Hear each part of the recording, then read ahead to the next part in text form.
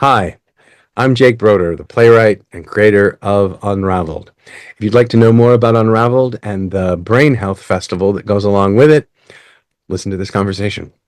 So tell us about the Unravel Brain Health Festival. Tell us about what the SoCal audience will experience at this Brain Health Festival on the weekend of October 17th.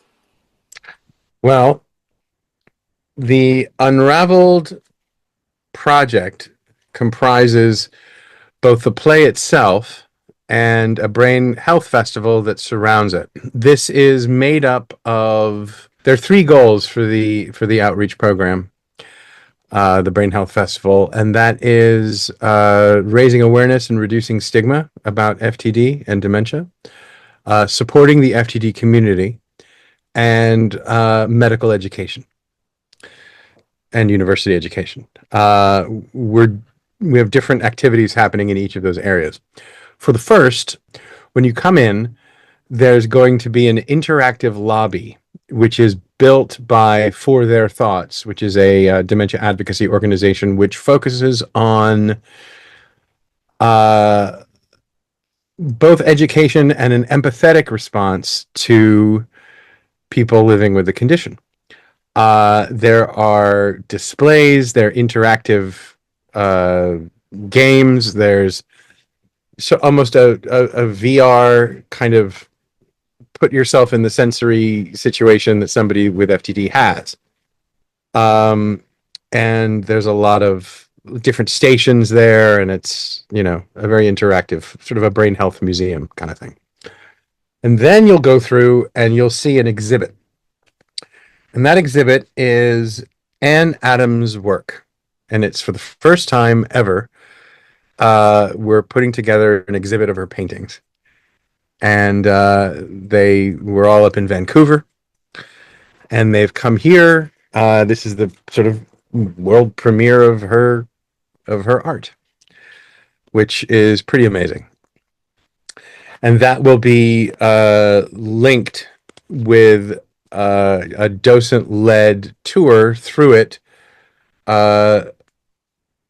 by one of the GBHI fellows, and there'll be kind of the brain health narrative going along with the art, so you can sort of see. One of the most amazing things about this story is how her art evidences what was happening inside her brain, and you don't have to have a degree in neurology in order to see and feel it, and it's so clear. So we wanted to make that crystal clear for people.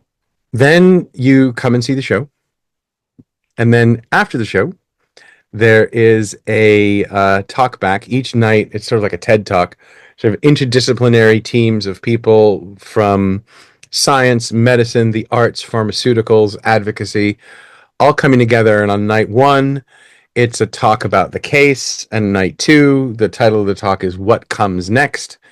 And that will be with, caregivers as well, people like Emma Hemming Willis and Lindy Lee Jacobs, and some amazing folks.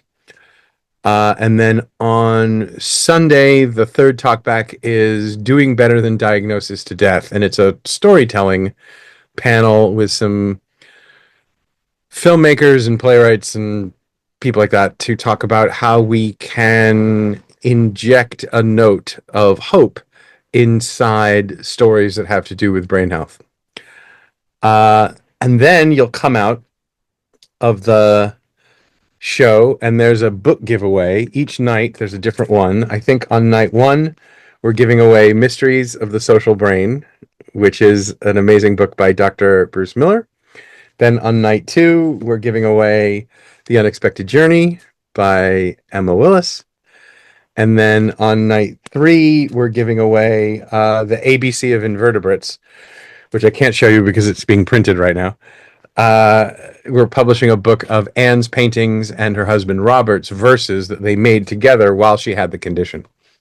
And it's an amazing little book.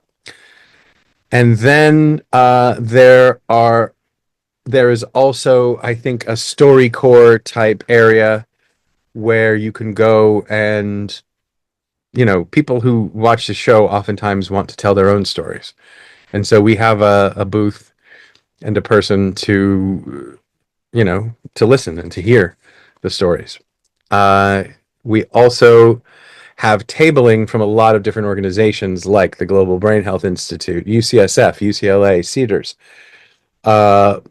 for their thoughts. Alzheimer's LA, the AFTD, the Association for Frontotemporal Dementia, Hilarity for Charity. I'm sure there's others that I'm missing, but it's like just tabling. It's like a conference where you can go and see different kinds of groups that are engaged in this on a lot of levels. And Lily will be there with a table. So that's the public awareness, reducing stigma part. Then the supporting the FTD community part. I know this is a lot. I'm sorry, but it's this is what we're doing. That part, we're having these 4 workshops for caregiver dyads, for people who are living with the condition and their caregivers, to come, and about 20 at a time, to do a workshop with a Global Brain Health Institute fellow who's trained in both in neurology and in the arts. And one is a storytelling workshop, another is a music workshop, another is a visual art workshop, and another is a movement workshop. And each of those, which are all throughout the day in the education spaces, are moments where people can experience how creativity can help in an active way in the caregiving process and create some good bridges. We've also made something called the Roadmap, which is, it started at UCSF, but it's a 1-page thing that you get at a diagnosis meeting, which is this was born of Emma in one of our summit meetings saying, I was told there's nothing we can do at our diagnosis meeting. And I don't want anybody to ever have to hear that again, because it's not true. And so we made a roadmap. She's like, I wish there was like a roadmap that people, if I knew then what I knew now, my God, I wish there was a roadmap. And so we're like, well, let's make one. So we did. And it started at UCSF, and now we've built one for Los Angeles with Cedars-Sinai that we're going to hand out. And it's a roadmap that has all the services and all the different kinds of things you could possibly need on 1 page. And so we'll be handing that out in the lobby as well as the, Cedars is using it in clinic, and off we go. And so that's the supporting the FTD community part. And then the educational part is we're doing grand rounds at Cedars on the 17th, because the whole idea, and building that to make a CME course, a continuing medical education course, because the whole idea of this case is that it really highlights the idea that creativity can be a very useful tool in terms of caregiving, and that FTD is not a disease of memory. Its symptoms are largely behavior. So it's so easily misdiagnosed, and it's not as understood as it should be, even though it's the most common form of dementia for people under 60 in this country. And the people who have it wind up going through the medical system and hitting so many blind alleys and having a lot of difficulties with that. And so we were asking, like, where is the sticky part? What's going wrong? Well, it's that diagnosis for this is really hard, because people who are the frontline medical workers, the therapists, the primary care physicians, the people who are actually the ones who people call first. People don't call a neurologist first. It's the last thing you think of. Oh, I have this thing is happening. I have an organic brain disorder. People don't go there. But they do say, I'm having a real problem with my partner. They're behaving in this way, blah, blah, blah. Let's see a therapist. And the therapist needs to be aware of this kind of stuff much more than they are, so that they can track people who seem like they need it towards proper services. So we're trying to create medical education that takes this condition and pushes it out into the place where people interact with it most, which is on the edges. And then we're doing, so that's why we're doing the grand rounds at Cedars, and I think we're doing a couple of UCLA with their brain science institute, and a couple of I guess lectures or seminars there to talk to medical students and public health students, and people coming up. So that's our outreach program, and that's the Brain Health Festival. The idea here is to have the play just be what it is, and it doesn't have a duty to teach. It doesn't have a duty to educate. It is just it's a matter of the heart. It's a thing. It just does what it does. But then around it, everybody who comes out hopefully will be pretty fired up, and we wanted to provide a lot of places for that energy to go. Well, to add on that, this is not just the play happening. This is the world premiere. Mm-hmm. Why, as to the playwright and your producers and your team, why did you want to go beyond just doing the play? I think you kind of explained about why was it important to you. It had to be a weekend event than just the world premiere. Well, there are two answers to that question. There's a spiritual answer and a practical answer. The spiritual answer is that as an artist, I did not want the play to be burdened with the need to educate, because that ruins, making a didactic piece of work usually ruins the work. Selfishly, I want the play to just exist. But there is a tremendous need that is undeniable. So I feel duty bound to, well, I've learned through the online showings of it, and the screenings of it and everything, the audience gets crazy and they get really fired up about this. So just in terms of saying we're getting everybody all riled up, it's kind of not fair to be a tease and to sort of get people riled up and then not give them anywhere to go with it. That would be, it's not satisfying. So that's that. The practical answer is that, and this is not to disparage the arts community at all, but the science, this has been paid for largely by science and art, by arts and health and science and pharmaceutical companies and FTD foundations, and it's all been science money. And so we needed to evidence in a measurable way how we connected the dots to help in order to justify our price tag. And so we built this all together. And also, honestly, it's fun. The idea of saying, like, what theater can be a place where big things can meet. And obviously a show is at the center of that, but you need to have a lot of structure in order to bring a lot of partners who aren't usually in the theater to have these conversations and do these things. Like, I believe that's what theater is for. So in a way, it doesn't feel that weird to me. My partners will, curse me for building something too big, but I think everyone will be pretty pleased when they see the impact of it on the audience of the show, on the community of people who are dealing with this, and will make a noise about the issue, which is the point. I know Victor from the Global Institute mentioned that when I asked him why is his science nonprofit important, he actually turned around and said, why theater and your play is as impactful or as important as science. He said that's your plays is as important. Why is it important to actually have science and art work more often to offer these stories from playwrights like you? Well, science is a story.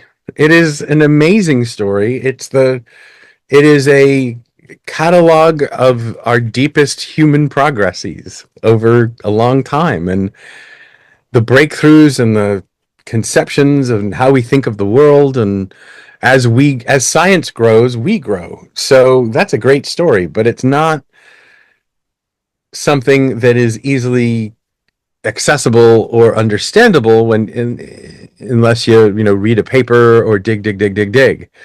And that's hard to do. One of the things about this story that makes it so wonderful is that the evidence of what we're talking about is a symphony and art, which anybody can appreciate and go, oh my God, they're connected. They feel similar.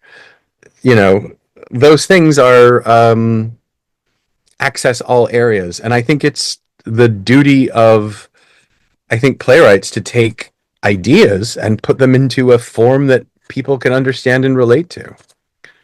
I find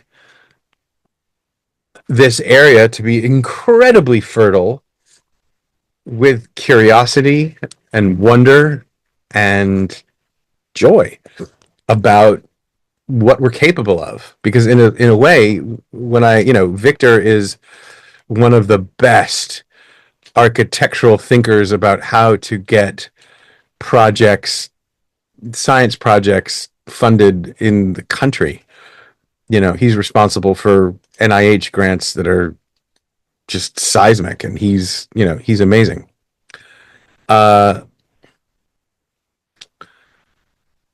In order to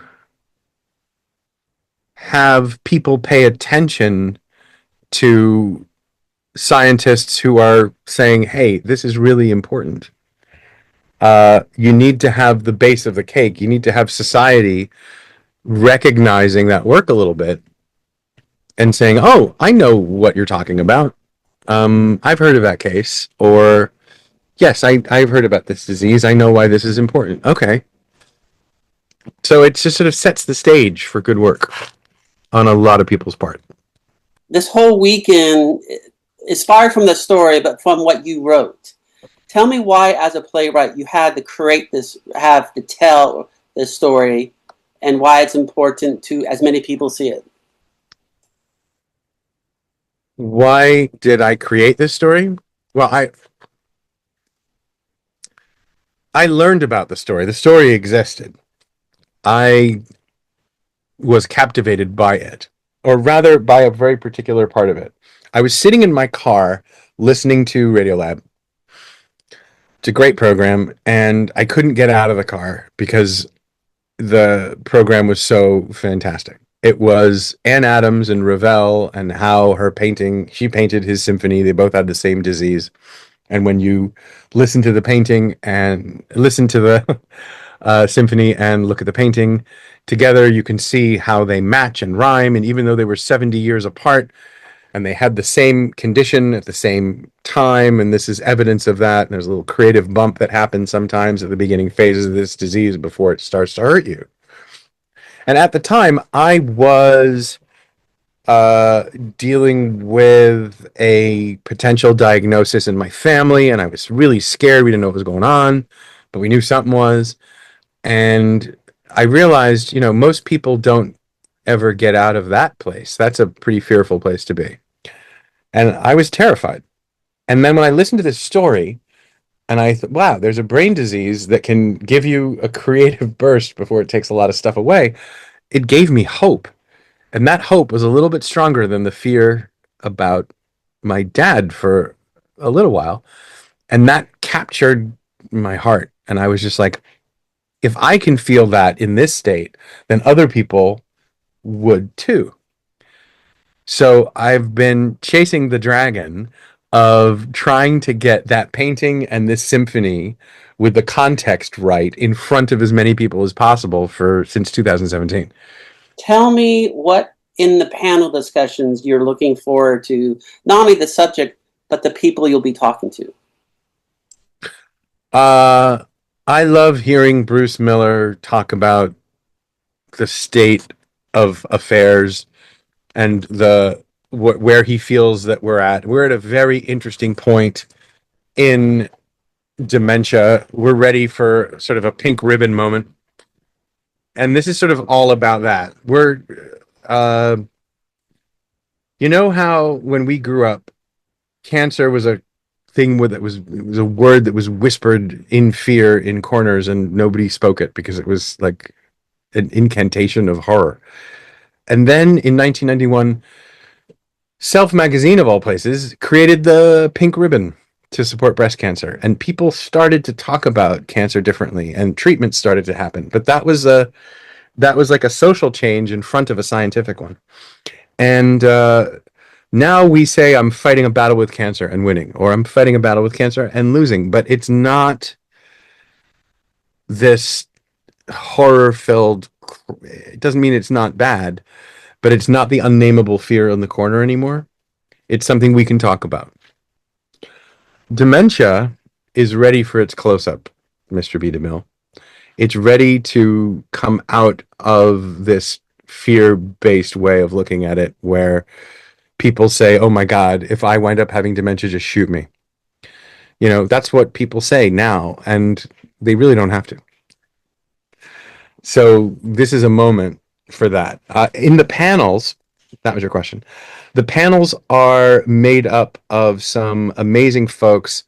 Bruce Miller, Dr. Bill Seeley, who's a MacArthur genius, who is the one who sort of actually correlated the different styles of paintings to the different phases of FTD and showed how they were connected. Victor will be there. Lucy Davenport, my wife, who plays Anne, will be there. I will be there. Emma Willis will be there the next night, and the Kissick Family Foundation, who are incredible supporters of this work and of FTD research, and you know they're a force in moving the conversation forward about this. Susan Dickinson, who's the CEO of the Association for Frontotemporal Dementia, will be there. Lindy Lee Jacobs, who has there's this amazing article about her in the New York Times from about a couple months ago. Profile. She runs a nonprofit to support research for the genetic form of FTD because most research has to go through the genetic form in order to find a cure that helps the sporadic form. But she has the MAPT. She has it, and it hasn't hit yet. And so she's using her time on this earth to raise awareness, and she's one of the most eloquent, beautiful speakers I've ever heard. She's glorious. And who else? James Keach, the filmmaker who did Walk the Line and that Glenn Campbell documentary of I'm Still Here, I'm Still Me, will be there. Zach Bandler, who is an incredible filmmaker, who just distributed Coco Suzanne and is about to shoot another film called Altered. He'll be there. I think that does it. I'm sure I'm missing a couple, but and Dr. Brandy Matthews, who's the president of Lilly Neuroscience, will be there to talk about what's coming down the pike therapeutically, which, you know, there's a lot of phase 2 testing for different drugs. I mean, there's already Alzheimer's drugs on the market of questionable efficacy, but we're at the beginning of that, as opposed to, you know, it's just going to get better and better over time. So FTD is going to have some therapeutics coming down the pike soon.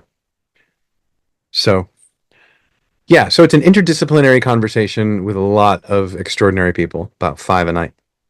Most important question, why must the SoCal theater audience and beyond go to your play Unravel and experience the whole Unravel Brain Health Festival? Well, we've tried to tell a story that is filled with music and art and heart that inspires hope, and we're trying to tell a story that isn't that is where love wins 51-49, where we can reframe the whole narrative about this so that it's bittersweet as opposed to just bitter. It is a mitzvah, as my people would say, to support art that tries to move the conversation forward positively. We're not pointing fingers at anybody. We're looking at the stars and saying, my God, look at what we're capable of. Look at how much we're leaving on the table. And we're not saying it's not sad, and we're not saying that it doesn't hurt, because it does. But we have a duty to... Anne's story is so much about resilience through incredible odds, and to appreciate a story of a person who had such resilience and was able to communicate extraordinary things well past her perceived ability to do so. She's a superhero. She was exploring inner space like an intergalactic explorer, and she was able to report back a little bit, and it's kind of remarkable. It reminds me of like Interstellar, the film, except she's traveling inside. Hi, I'm Jake Broder, the playwright and creator of UnRavelled, and if you enjoyed this conversation, then please come and join us at the Wallis on October 17th through 19th for the play, the Brain Health Festival, the exhibits, the workshops, the talkbacks, the book giveaways. More fun than you thought dementia could ever be. You can get more information at unravelledplay.com, and you can get tickets at thewallis.org. We really hope to see you there.